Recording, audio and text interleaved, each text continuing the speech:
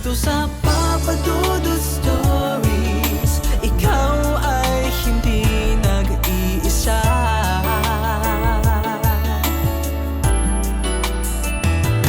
Dito sa Papa Dudut Stories, may nagmamahal sa'yo. Papa Dudut Stories, Papa Dudut Stories. Dear Papa Dudut, sa lahat po ng mga nakatutok ngayon, huwag kalimutan na mag-like, mag-share at mag-subscribe.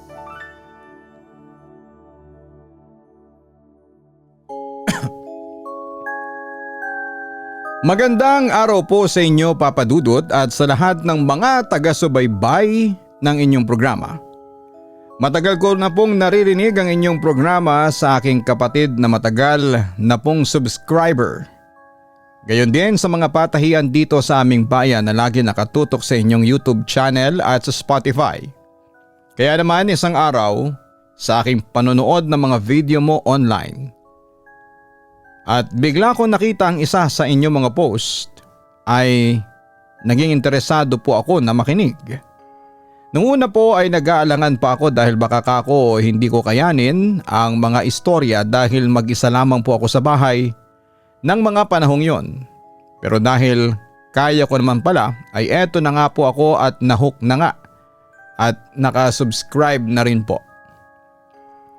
Siya nga pala, Papa Dudut, ako po si Ingrid, 34 years old, Tubong, Laguna. Dito po ako ipinanganak at lumaki, at hanggang makapag-asawa po ako ay pinili ko rin pong dito tumira para mas malapit po sa aking pamilya, since isa pong OFW ang aking asawa. Papa Dudut, bata pa lamang ako, alam ko na sa sarili ko na may kakaiba akong pakiramdam. Hindi ko naman sinasabing nakakakita ako ng multo araw-araw, pero alam mo yung pakiramdam na bigla ka na lamang lilingon kasi alam mong may nakatingin sa'yo. O kaya yung nakakaramdam ka kung mabigat ang enerhiya sa isang lugar. Ganon ako. Lumaki ako sa Laguna sa isang pamilyang talagang sagradong Katoliko. Simba tuwing linggo, magdarasal bago kumain at bawal magpalipas ng gabi nang hindi nag-oorasyon.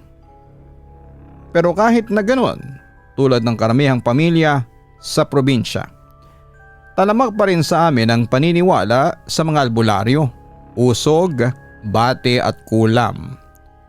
Kapag may sakit na hindi kaya ng paracetamol ay asahan mo sa albularyo muna ang tuloy bago sa doktor. Kaya naman mulat ako sa parehong mundo, sa siyensya, sa relihiyon at sa mga bagay na hindi maipaliwanag. Pero seryoso, walang anuman sa mga multo o kwentong bayan na narinig ko noong bata pa ako ang naghanda sa akin sa nangyari noong January 2014. Nang mga panahon na yon, 22 years old pa lamang ako. Buntis ako sa panganay namin ng asawa kong si Joshua. Kung tatanungin mo kung paano kami nagkatuluyan, medyo nakakatuwa kasi naging magkaklase lamang kami sa PE class noong kolehiyo. Sabi ko nga sa kanya noon, sa dami ng pwede naming pagtagpo ang klase, doon pa sa sayawan at takbuhan. Nagustuhan ko sa kanya yung pagiging seryoso sa buhay pero maalalahanin. Umabot din ng 6 na taon ang relasyon namin bilang magkasintahan bago namin naisipang magpakasal at bumuo ng sariling pamilya. Pero naging mahirap ang simula ng pagbubuntis ko. Sobrang selan kong magdala. May mga araw na kahit amoy lang ng nagsasaing ay nasusuka na ako. At madalas akong nakakaramdam ng pananakit sa balakang at sa puson.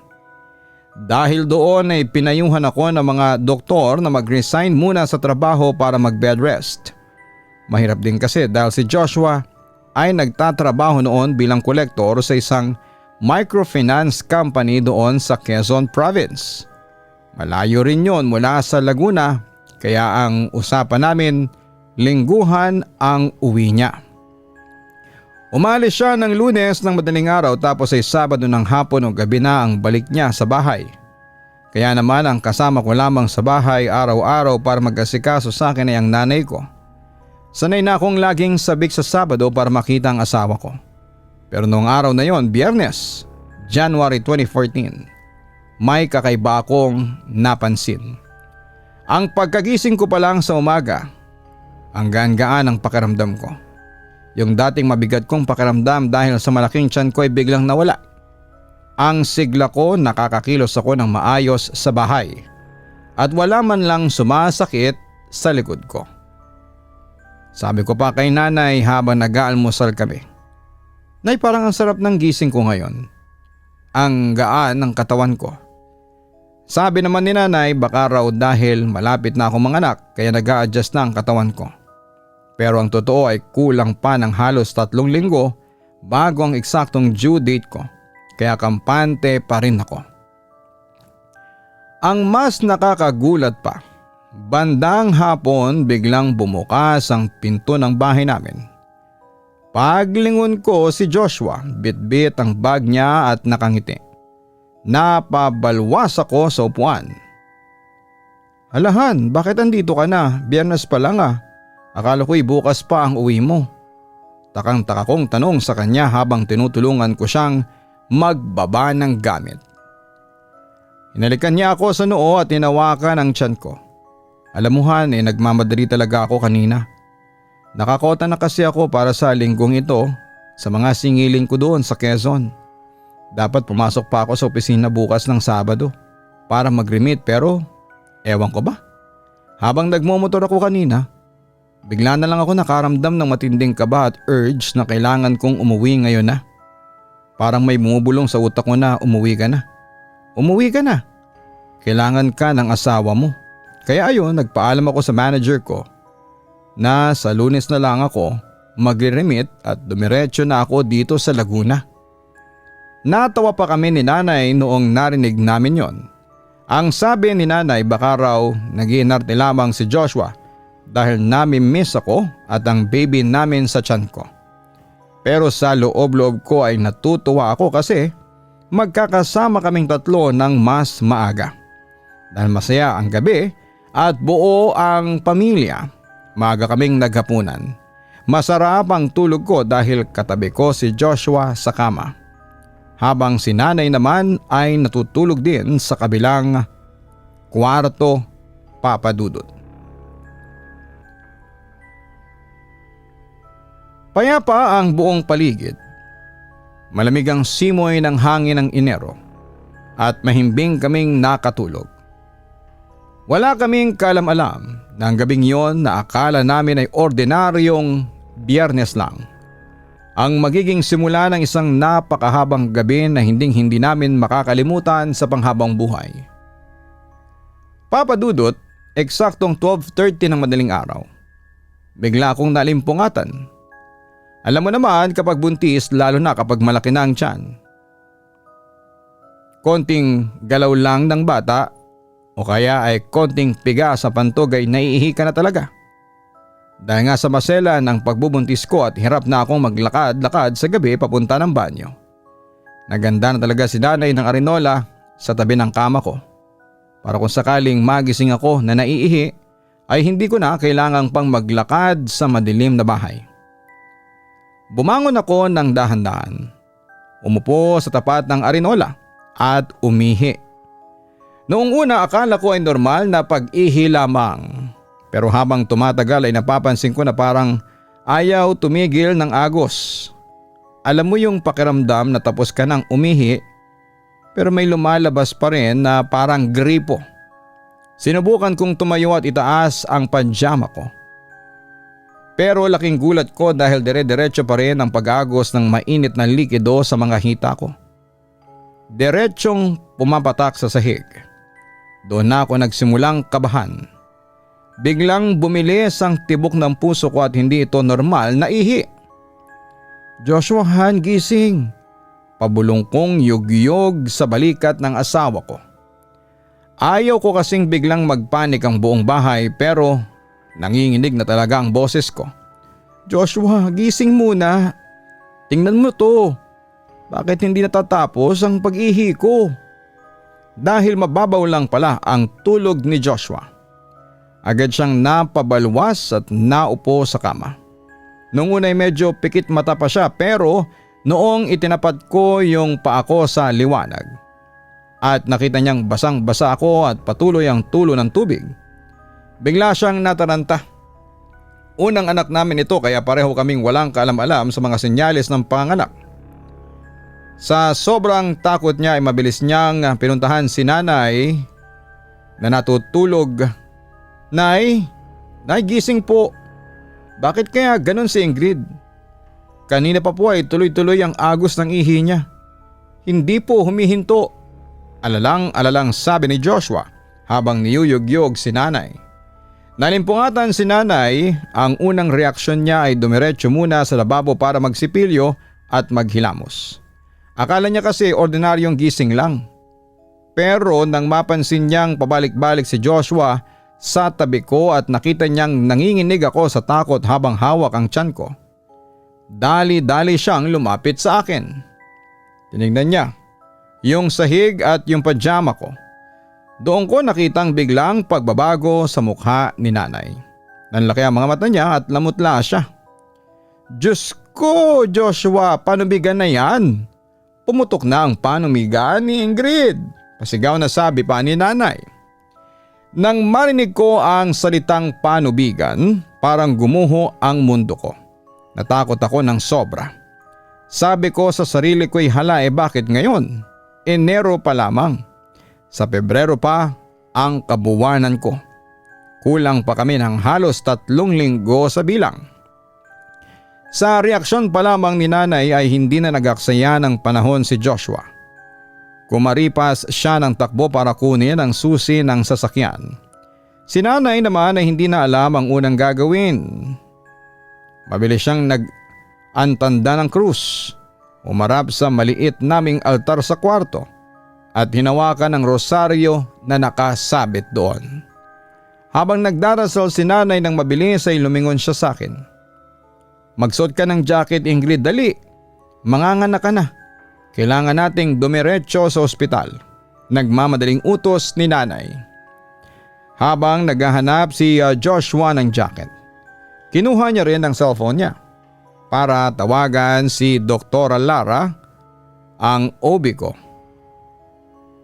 Gusto naming magbaka sakali kung gising siya o kung saan kami dapat na ospital dediretso dahil nga emergency ito. Habang nagiring ang telepono, nanginginig na ako sa takot at lamig. Ang lamig ng madaling araw ng Enero, tapos ay basang-basa pa ang ibabang bahagi ng katawan ko. Sumagot naman si Dr. Lara sa telepono. Sinabi ni Joshua ang sitwasyon na pumutok na nga ang panubigan ko kahit na hindi ko pa kabuwanan. Dahil napakalapit lang ng klinik ni Doktora sa bahay namin, isang kanto lang ang layo, sinabi niya na dumaan muna kami sa klinik niya para masuri niya ako ng mabilisan at para doon na rin kami magkaalaman kung ano ang susunod na gagawin. Pagbaba ng telepono, inalalayan ako ni Joshua at ni nanay pababa ng hagdanan. Bawat hakbang ko, nararamdaman kong may lumalabas pa ring tubig sa akin. Naisip ko ang baby ko. Baka matuyuan siya sa loob. Paglabas namin ng pintuan ng bahay, sinalubong kami ng napakalamig na hangin. Nang madaling araw, papadudot, tahimik ang buong paligid ng Laguna. Pero sa loob ng sasakyan namin ay punong-puno ng kabog ng dibdib at tahimik na panalangin habang mabilis na pinapatakbo ni Joshua ang sasakyan papunta sa klinik. Samantala, pagdating namin sa klinik, sumasakit na talaga ang puson ko.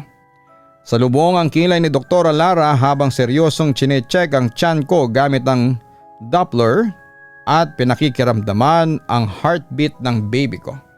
Habang ginagawa niya yon ay may tinatawagan siya sa telepono gamit ang kabilang kamay. Ang kalmado pero seryoso niyang boses ang lalong nagpabilis ng kabog ng dibdib ko. Kailangan ng patient ng incubator ngayon na. Dalihin ko siya dyan. Marahan pero mabilis na sabi ni Dr. Lara sa kabilang linya. Incubator. Nung marinig ko ang salitang yon, parang may kung anong malamig na bagay ang pumatak sa puso ko. Buong buhay ko ay never pa akong na-admit o na-ospital. Tapos ngayon, unang beses ko, ganito pa, ka-emergency. Sa isip-isip ko ay Diyos ko, ano nga bang mangyayari sa anak ko? Malapit na ba siyang lumabas?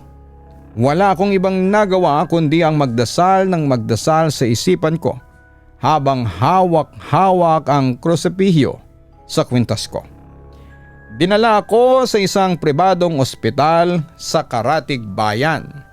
Medyo lumang ospital ito kaya medyo madilim ang labas. Pagkabukas ng pinto ng sasakyan namin, may sumalubong kaagad sa aking wheelchair. Ang nagtutulak sa akin ay isang lalaking naka-uniforming berde. Sa tingin ko ay maintenance personnel siya kasi puti naman ang suot ng mga nurse. Siya ang nagtulak sa akin papasok sa ER. Sa loob ng emergency room, mabilis akong binuhat ng dalawang nurse na nakaputi para ihiga sa stretcher bed. Si Joshua naman, nakita ko nagmamadali doon sa admission table. Pinapapirmahan sa kanya mga personal data ko at mga waiver. Dahil nga tuloy-tuloy pa rin ang agos ng panubigan ko at paubos na ang tubig na pumoprotekta sa baby ko sa loob. Idiniklara na ng mga doktor na kailangan kong i-emergency cesarean section. Sabi kasi ng doktor kung ipipilit pa ang normal na delivery ay baka abutin ako ng dry labor. Yung wala ng dulas ang paglabas ng bata na sobrang mapanganib para sa aming dalawa. Kung ano po ang mas magiging safe para sa magina ko, Dok, gawin niyo po. Narinig kong mariing sabi ni Joshua sa doktor. Ramdam ko ang takot pero nandun yung tapang niya para sa amin ng anak niya. Lumapit siya, Papa Dudut, sa tabi ng higaan ko. Hinimas ang noo ko at hinalikan ako noon. Kayang-kaya mo yan, Han. Magpakatatag ka. Malapit na nating makita si Aero. Galingan mo. Andito lang kami ni nanay sa labas. Habol pa niya bago tuluyang isara ng nurse ang berdeng kurtina ng ER. Mabilis akong ipinasok sa operating room habang nakahiga ako at tinutulak ang stretcher sa mga pasilyo ng ospital. Nakatingin lamang ako sa kisame. Napansin ko na medyo madilim at tahimik ang hallway. May mga patay na ilaw pa sa ibabang bahagi. Parang lalong sumikip ang dibdib ko. At nung tuluyan nang sumara ang pinto ng operating room, doon na talaga bumuhos ang luha ko. Takot ako. Sa loob ng OR, maliwanag at malamig. Parang nasa loob ka ng refrigerator. May 6 na tao na naghihintay sa akin doon. Si Dr. Lara na aking OB, isang anesthesiologist, isang surgeon, isang pediatrician, isang nurse at laking gulat ko. Dahil nandun din yung lalaki naka-green na maintenance personnel na nag-assist sa akin kanina sa wheelchair. Ang daming makina na tumutunog ng beep beep beep. Pero ang talagang umagaw sa pansin ko ay yung malaking bilog na ilaw sa tapat ng mukha ko. May 7 itong malalaking bumbilya. 6 ang nakapalibot sa isa sa gitna. Pero napansin ko yung isang ilaw sa gilid na kapatay. 6 lang ang gumagana. Papadudot, bago magsimula ang lahat, nagtipon-tipon yung mga medical team sa paligid ko. Nag-usal sila ng maikling dasal para sa kaligtasan ng operasyon. Napansin ko yung lalaki naka-green na tinatawag nilang Kuya Ron na tahimik ding nakatayo malapit sa pintuan at nakikisabay sa pagdarasal. Pagkatapos magdasal, lumapit sa akin si Kuya Ron.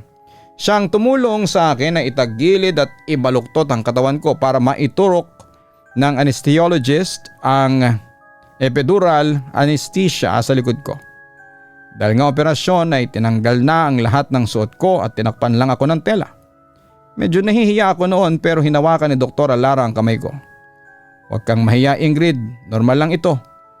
Focus tayo sa baby. Naramdaman ko ang pagbaon ng mahaba at malaking karayom sa likod ko habang naiipit ang malaki kong tiyan. Ang sakit, parang may kuryenteng gumuhit sa likod ko. Napakapit ako ng mahigpit sa bakal ng kama at halos kapusin ako ng paghinga. Nakita ng nurse na nahihirapan ako kaya mabilis niyang ikinabit ang oxygen mask sa mukha ko. Kasabay noon ay unti-unti nang nawalan ng pakiramdam ang buong ibabang bahagi ng katawan ko. Parang hindi ko na pag-aari ang mga binti ko.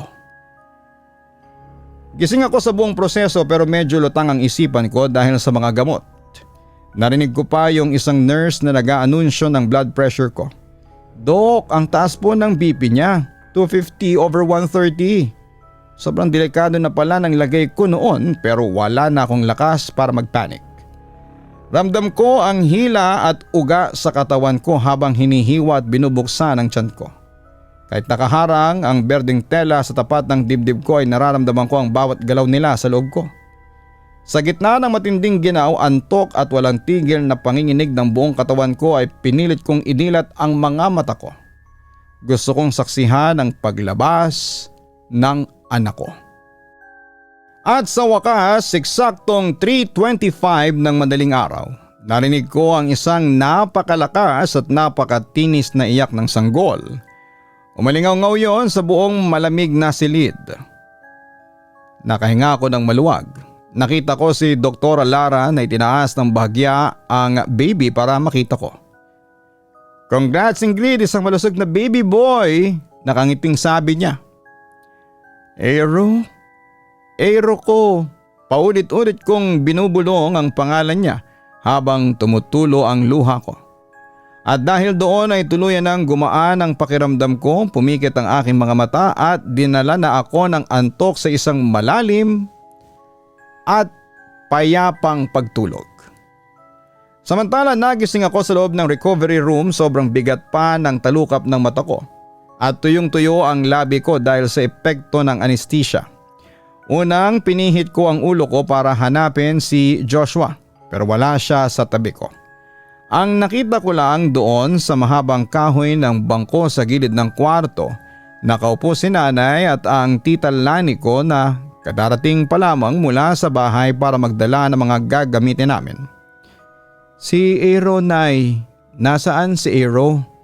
Yan agad ang unang lumabas sa bibig ko kahit na medyo paus pa ako. Nasa nursery pa, ini-examine pa ng pedya. Huwag kang mag-alala.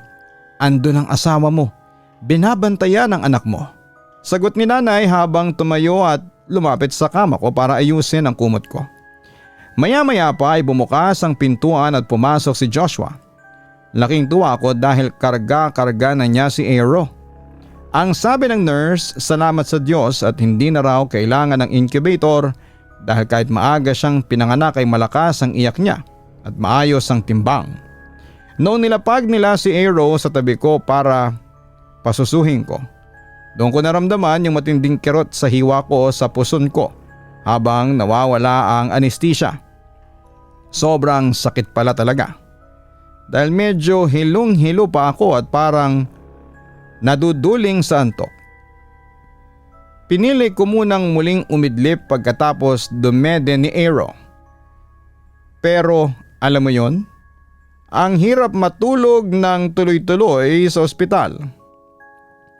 Nalimpungatan ako dahil may naririnig akong tunog mula sa labas ng kwarto namin. Tunog ng ubo ng isang bata. Pero hindi ito ordinaryong ubo lamang. Yung ubo niya ay tuyong-tuyo na malalim na parang may plema na hindi mailabas. Ang nakakawala ng timpla ay naririnig ko yung ubo na parang papalapit sa mismong pintuan ng kwarto namin tapos biglang hihinto. Tapos parang lalayong muli paulit-ulit yon habang natutulog ako. Kasabay pa nun ay napapansin ko na parang bahagyang gumagalaw at umiikot yung seradura o yung doorknob ng comfort room na nasa loob mismo ng kwarto namin. Sabi ko sa sarili ko baka guni-guni ko lamang dahil sa mga gamot na itinurok sa akin. Nang sumunod na gabi, medyo nakakaupo na ako sa kama.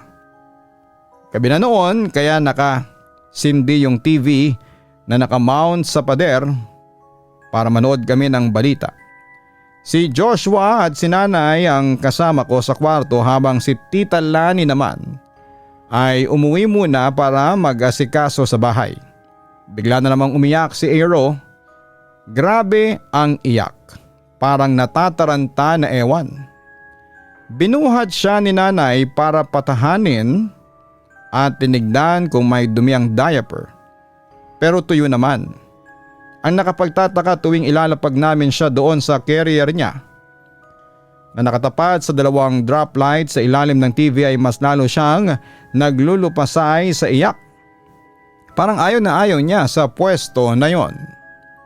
Nay, ilipat kaya natin ang carrier ni Aero, sabi ni Joshua habang hinahaplos ang braso niya na parang nilalamig. Para kasing ang lamig-lamig sa side na yan, sa ilalim ng TV. Baka kaya umiiyak si baby kasi napapraning sa ginaw. Oo nga, napansin ko rin yan kanina habang nag-aayos ako ng gamit dyan. Napakalamig sa bahaging yan. Hindi naman nakatapat ang aircon, pagsangay naman ni Nanay. Inilapit nila ang carrier ni Aero sa kabilang bahagi ng kwarto, mas malapit sa kama ko. Noong oras na yon ay nakatingin kaming tatlo. Alam naming may kakaiba. Pero dahil ayaw naming magtakutan sa loob ng ospital ay hindi na lang muna namin pinag-usapan. Pero nung madaling araw ay doon na talaga ako binalot ng takot. Nagising ako kasi nakaramdam ako ng tila yelong lamig na dumampi sa paa ko. Iminulad ko ang mata ko. Nakamute na yung TV sa itaas kaya tahimik na tahimik ang paligid. At doon sa mismong ilalim ng TV sa pwesto kung saan napakalamig at kung saan ay ayaw na ayaw mahiga ni Aero ay may naaaninag akong isang batang lalaki. Nakahawak ang dalawang maliit niyang kamay sa ibabang bakal ng kama ko habang nakatitig ng diretsyo sa akin. Malinaw ko siyang nakita, nakasuot siya ng puting sando na may pulang lining sa may leeg at kilikili nito. Ang lungkot-lungkot ng mga mata niya, parang may gustong sabihin na hindi niya magawa. Sa sobrang takot ko ay hindi ako makasigaw. Mabilis kong inikot ang paningin ko sa kwarto para gisingin sina Joshua at Nanay. Pero pareho silang mahimbing na mahimbing ang pagkakatulog. Si Joshua nakasubsob ang ulo sa paanan ng kama ko habang nakaupo sa monoblock. At si Nanay naman ay natutulog doon sa mahabang kahoy na bangko. Noong ibinalik ko ang tingin ko sa ilalim ng TV ay biglang nawala ang bata. Pero kasabay noon, biglang umalingaw-ngaw ang malakas na iyak ni Aero. At narinig ko ang marahang click ng doorknob ng CR habang dahan-dahan nitong bumubukas ng kusa.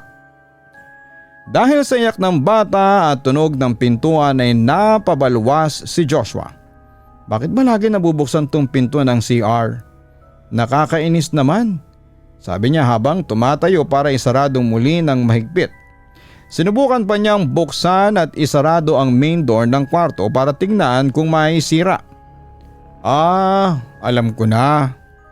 Baka dahil sa air pressure ng aircon kaya nahihila yung pinto ng CR kapag may nagbubuka sa labas.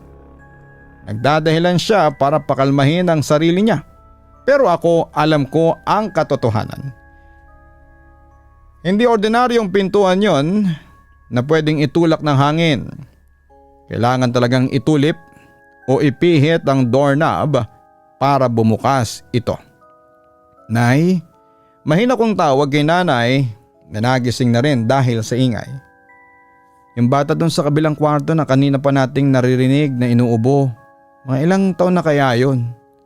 Tinaas ni nanay ang kamay niya para tansyahin ang tangkad. Mga ganito siguro kalaki, mga 4 o 5 taon, sagot niya. Doon ako tuluyang nangatog sa takot. Kasing tangkad at kasing laki ng sinasabi ni nanay, yung batang nakaputing sando na nakatitig sa akin kanina.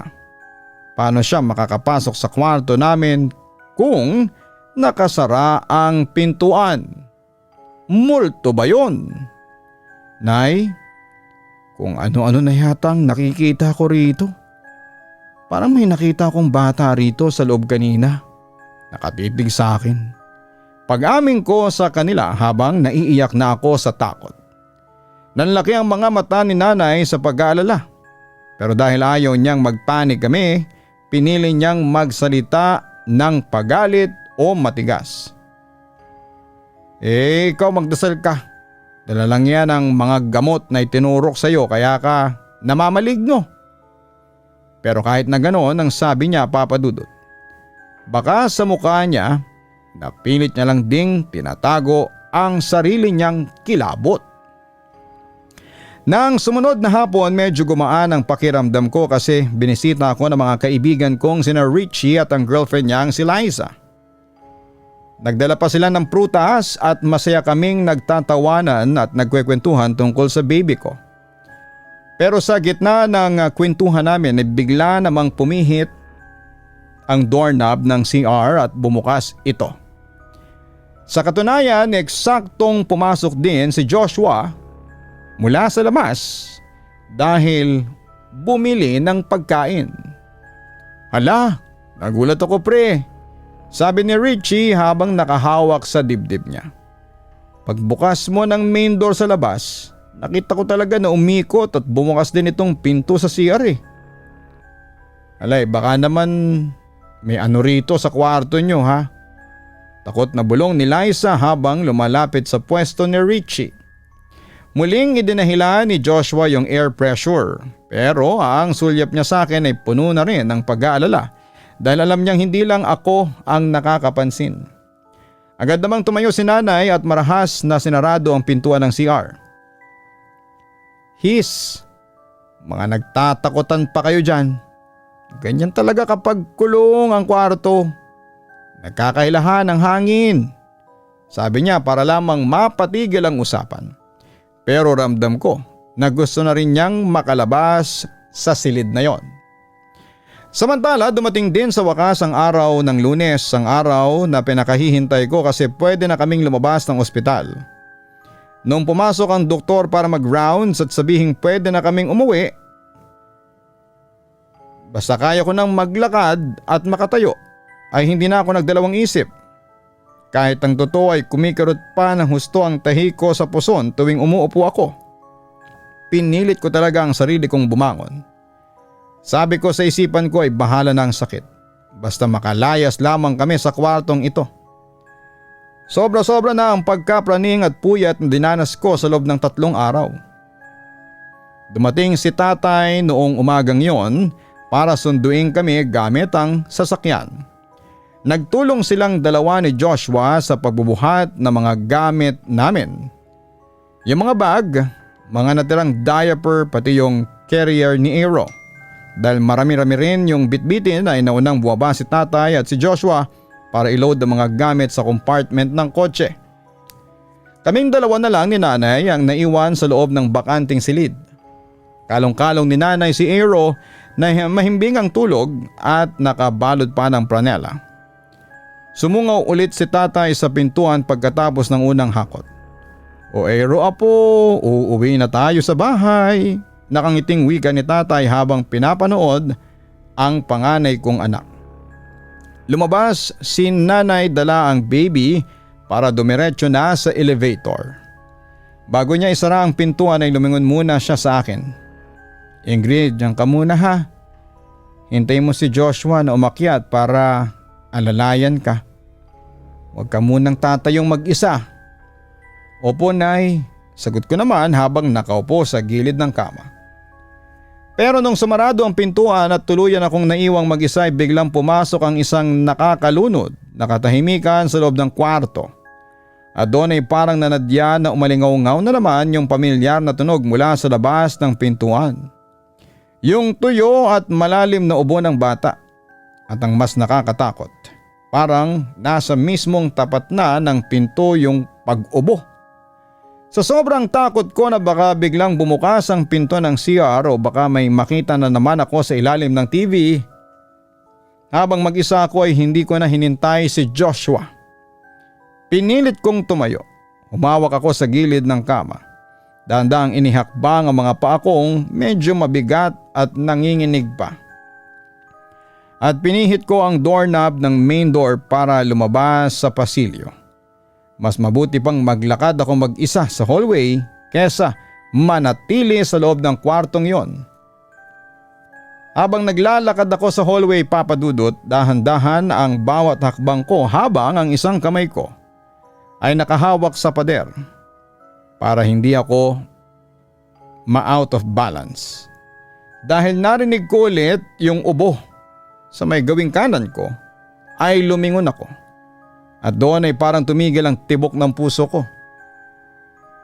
Nanigas po ako sa kinakatayuan ko, Papa Dudut. May isang tunay na batang lalaki doon. Buhay na buhay at hindi multo. Nakasuot siya ng puting sando na may pulang lining sa leeg at sa kilikili. Ang mismong sando na nakita ko noong madaling araw sa ilalim ng TV ko.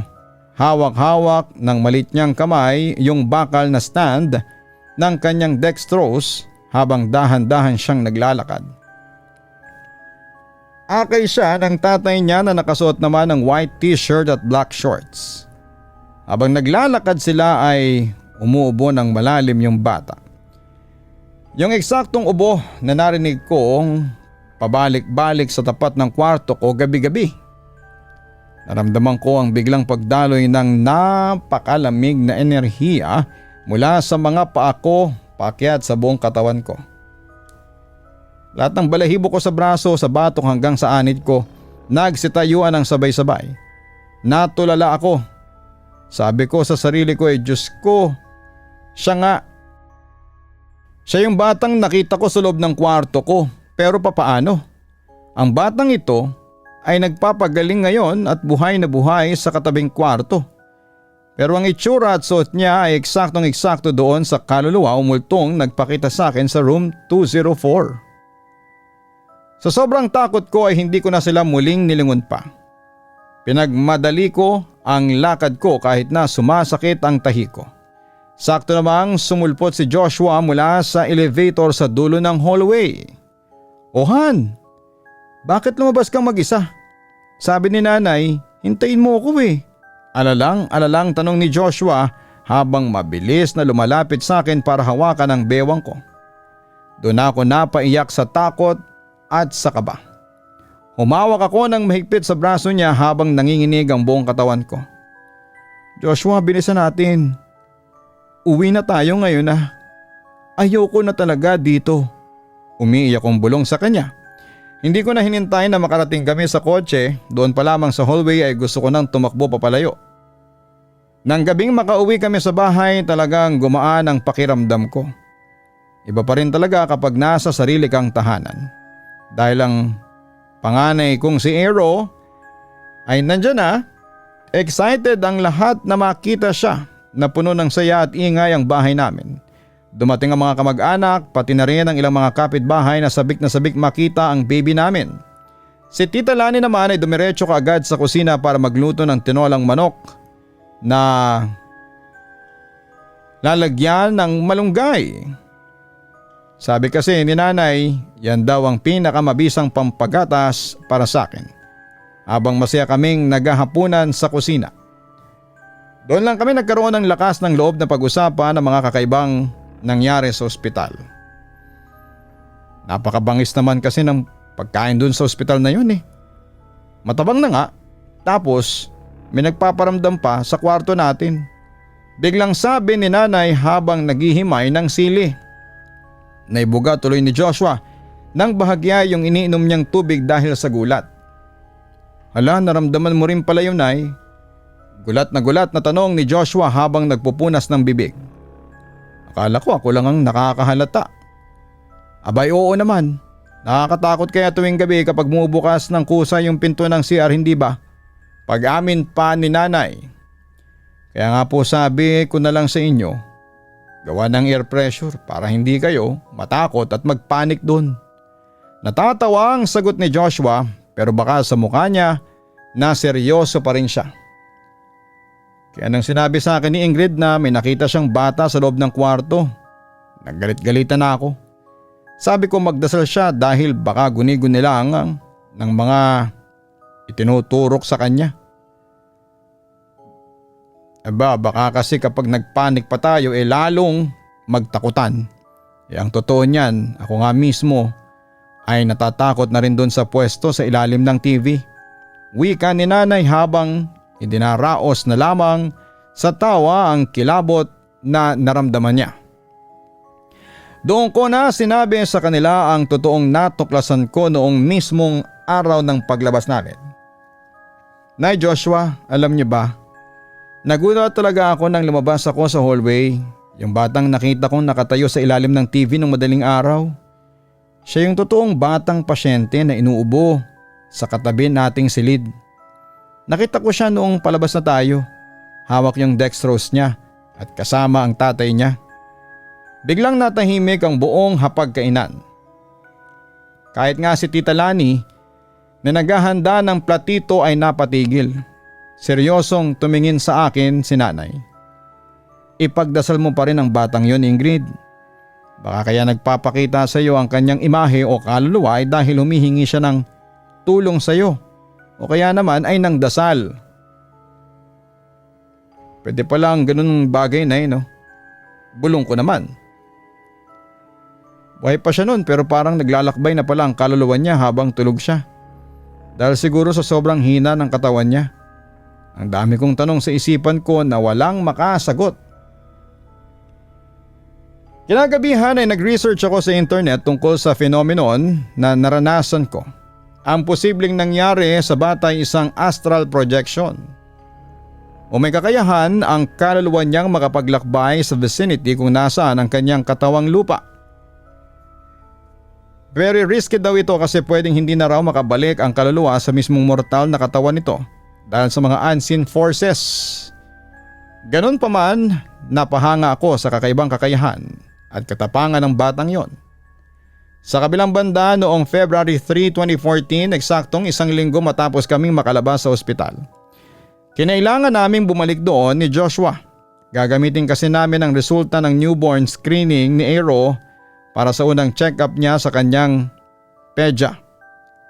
Pagpasok pa lang namin sa lumang lobby na may mga madidilim na pasilyo, bumalik kaagad yung kakaibang lamig sa pakiramdam ko.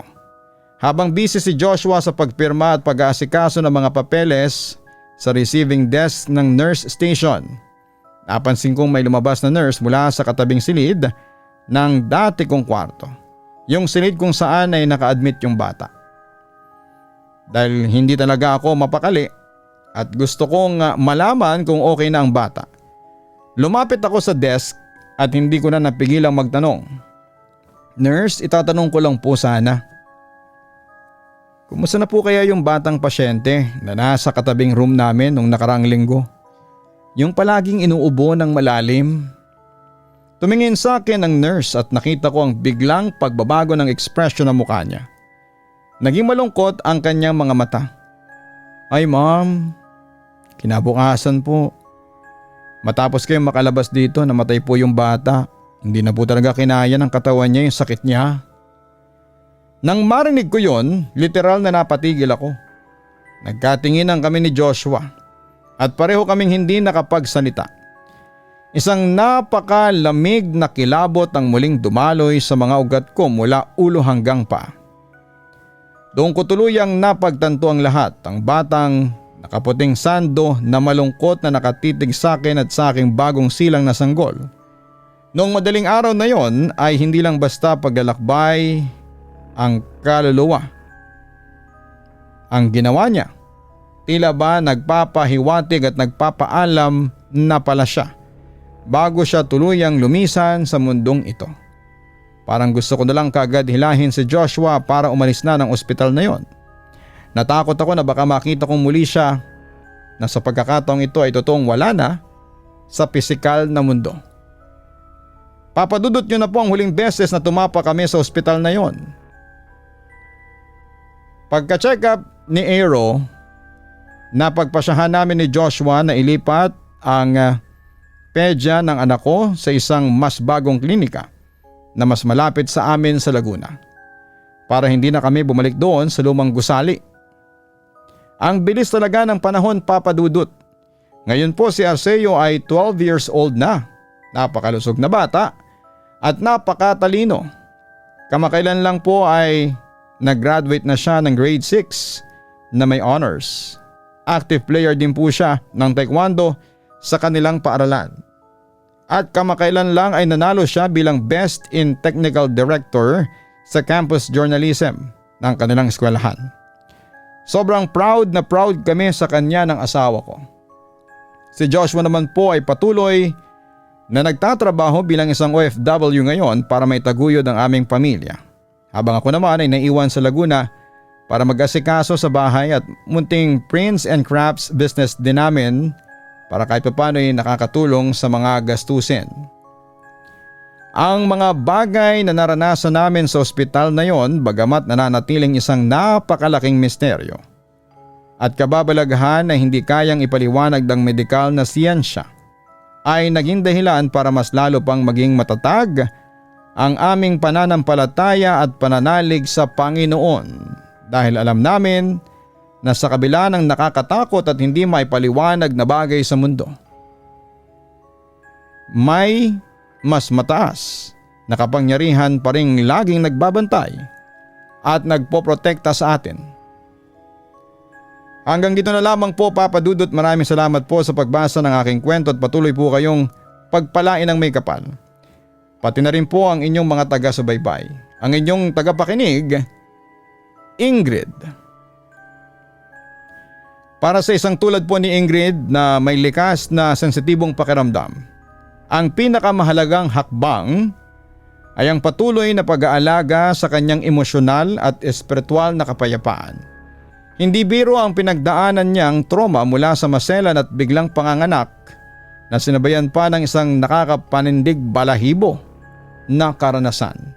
Mainam na huwag niyang kimkimin o katakutan ang kanyang kakayahan. Sa halip ay ituring niya itong isang paalala na may mga aspeto sa buhay na nangangailangan ng higit na pangunawa at panalangin. Ang paggabay sa kanyang anak na si Aero sa isang positibo, ligtas at madasaling kapaligiran ay makakatulong din upang maging matatag ang pamilya laban sa anumang takot na dulot ng nakaraan. Sa tuwing makakaramdam siya ng takot o bigat mula sa mga bagay na hindi nakikita, ang pagbaling sa kanyang pamilya at ang taus-pusong pagdarasal para sa mga kaluluwang ligaw ang magsisilbi niyang pinakamalakas na kalasag at proteksyon. Ang karanasan sa Room 204 ay nag-iiwan sa atin ng napakahalagang paalala tungkol sa lakas ng intuition ng tao at ang lalim ng koneksyon ng pamilya. Ang biglaang pag-uwi ni Joshua dahil sa kakaibang bulong sa kanyang isipan ay patunay, Papa Dudut, na pinapaalala ng kwento na ito na tayong lahat ay may pagmamahal at pag-aalaga sa pamilya na kayang lumagpas sa distansya at lohika. Ipinapakita rin dito na ang buhay ng tao ay puno ng misteryong hindi kayang abutin ng medikal na paliwanag at science. At sa mga sandaling nakakaranas tayo ng takot sa hindi alam na kadahilanan, ang pananampalataya sa may kapal ang natatanging sandigan na nagbibigay ng kapanatagan. Higit sa lahat ay pinapaalala ng kwentong ito ng bawat kaluluwa, buhay man o pumanaw na, ay naghahangad po ng kapayapaan. At ang ating mga panalangin ay may kakayahang maghatid ng liwanag sa kanila. Habang tayo naman ay patuloy na nagpapasalamat sa bawat regalong kalusugan, proteksyon na ibinibigay sa atin sa ating buhay. Maraming salamat po. Huwag kalimutan na mag-like, mag-share at mag-subscribe.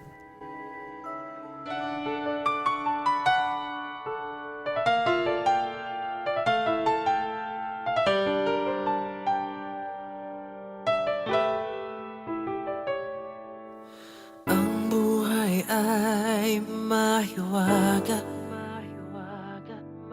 laging may lungkot at saya.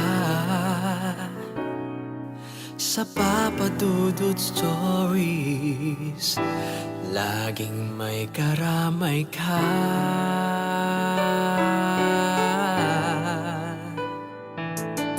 Mga problemang kay bigat, dito ay pakikinggan ka. Sa Papa Dudut Stories, kami ay iyong kasama. Dito sa Papa Dudut Stories, ikaw ay hindi nag-iisa.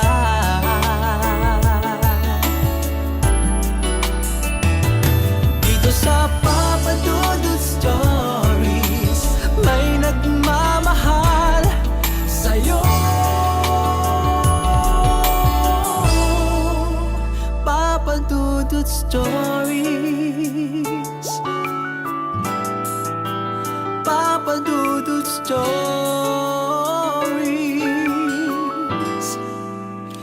Papa Dudut Stories.